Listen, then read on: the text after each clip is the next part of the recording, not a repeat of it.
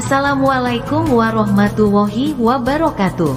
Halo sahabat Well To Do, jumpa kembali dengan channel kesayangan ini. Kali ini Well To Do akan berbagi sebuah kisah atau cerita yang cukup inspiratif lagi.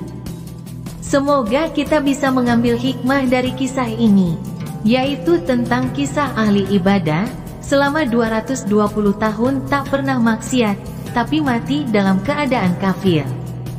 Sebelum dilanjutkan, yuk subscribe dulu bagi yang belum ya, dan jangan lupa like dan share-nya. Semoga kebaikan sahabat dihitung ibadah dan berpahala ya sahabat.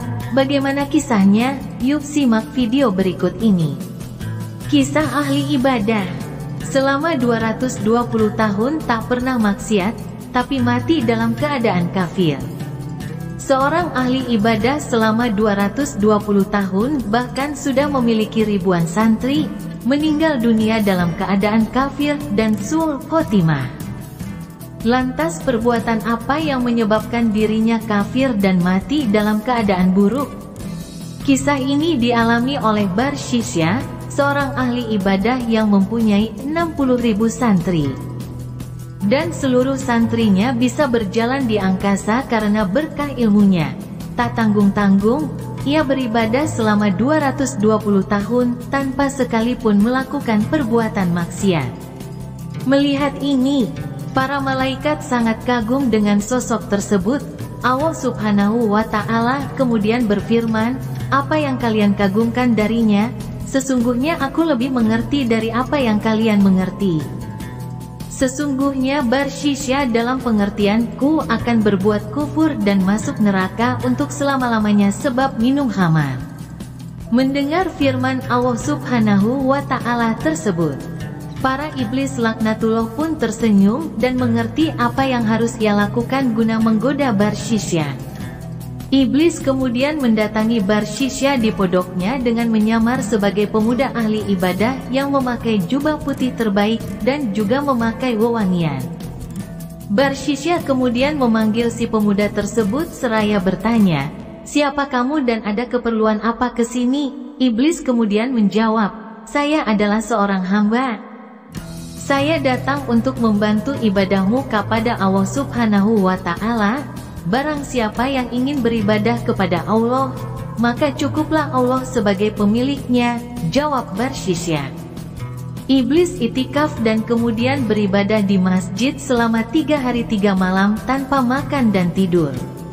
Melihat ibadahnya yang seperti itu, Barshishya takjub seraya berkata, "Saya beribadah kepada Allah selama kurang lebih 220 tahun. Namun tidak pernah mengerjakan seperti apa yang kamu kerjakan."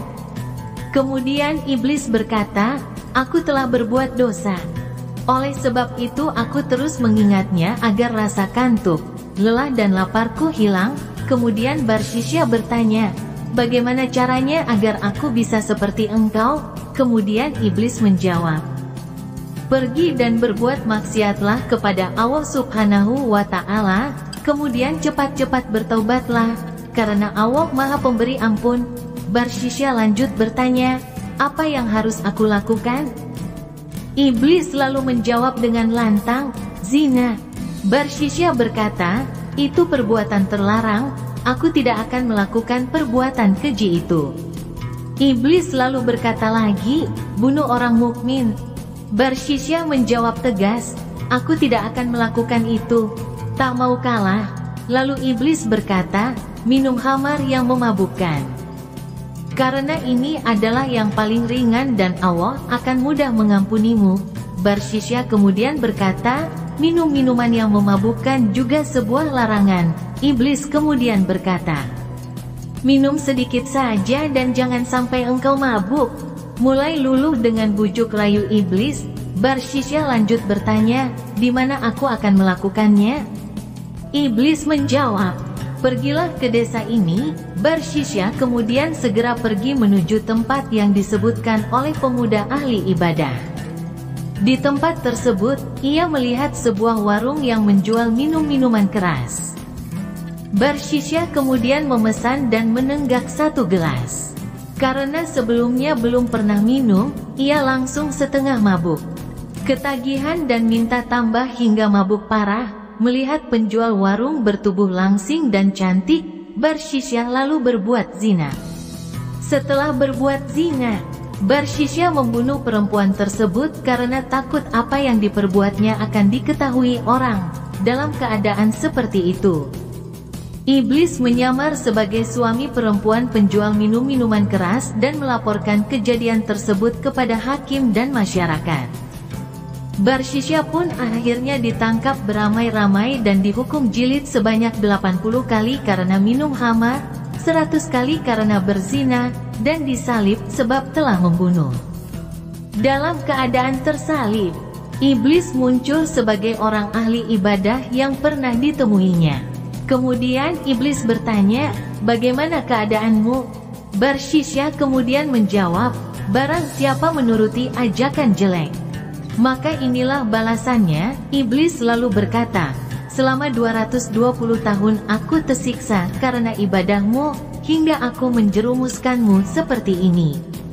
Namun apabila kamu ingin bebas, aku bisa membebaskanmu." Barshisyah lanjut berkata, "Bagaimana caranya?" Iblis lanjut berkata, "Sujudlah kepadaku 1 kali."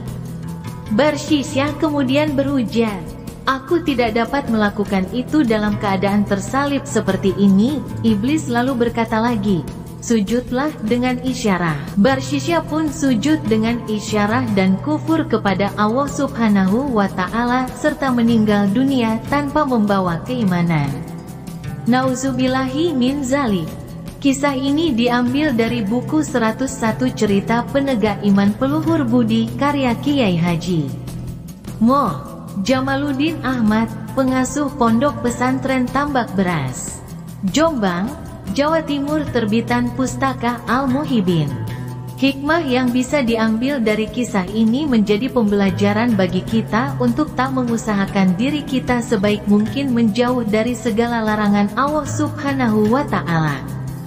Jangan sekali-kali berpikir untuk sengaja berbuat maksiat karena nanti Allah Subhanahu wa Ta'ala akan mengampuni dosa hambanya. Sebab kita tidak tahu apakah setelah melakukannya kita masih diberikan kesempatan bertaubat atau tidak. Dan kita tidak tahu apakah setelah berbuat maksiat, apakah kita masih diberikan kesempatan hidup dan memperbaiki segalanya. Selain itu, penting juga untuk kita memahami bahwa ibadah juga harus diimbangi dengan ilmu. Karena saat dibarengi dengan ilmu, keimanan dan ketakwaan kita akan lebih kuat, membuat kita lebih memahami mana yang baik dan buruk dengan lebih jelas.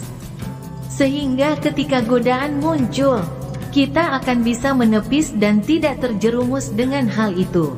Semoga Allah Subhanahu wa Ta'ala senantiasa membimbing kita pada jalan yang lurus, serta mendekatkan kita pada lingkungan yang baik dan orang-orang yang soleh. Amin ya Rabbal Alamin. Demikian, semoga menginspirasi dan bermanfaat. Wassalamualaikum warahmatullahi wabarakatuh.